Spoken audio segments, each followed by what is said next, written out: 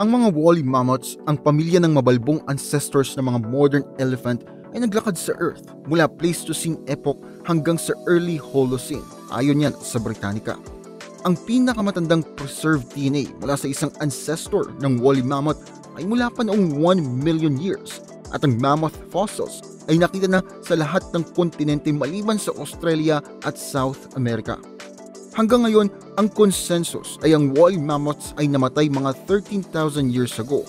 Pero ayon sa bagong research, ang bilang na yon ay kaduda-duda. Merong isang bagong theory kung papaano talaga nag-extinct ang mga woolly mammoths. Karamihan sa nalalaman natin tungkol sa woolly mammoth ay mula sa mga well-preserved bodies na nakita sa frozen tundras sa mga areas tulad ng Siberia at Arctic. Dahil sa mga discoveries na ito, nagawang maaral ng mga scientists ang kanilang balat pati na rin mga organs.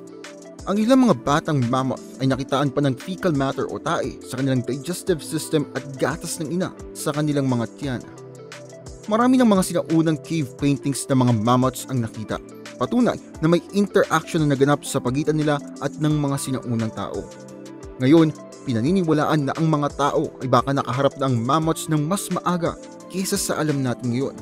Ayon sa recent research, merong DNA evidence na kahit na bumaba ang populasyon ng mga mammoths noon, may maliit na bilang ng mga to ang nanatili sa Arctic Islands, kasama ang mga steppe bison at prehistoric horse hanggang mga 5,000 years ago.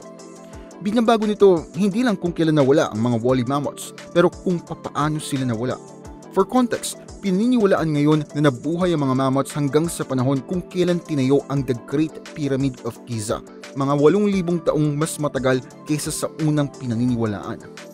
Itong mga discoveries ay nagawa dahil sa bagong teknolohiya na nagbigay ng kakayahan sa mga researchers na ma-extract ang mga minute traces ng DNA mula sa mga soil samples.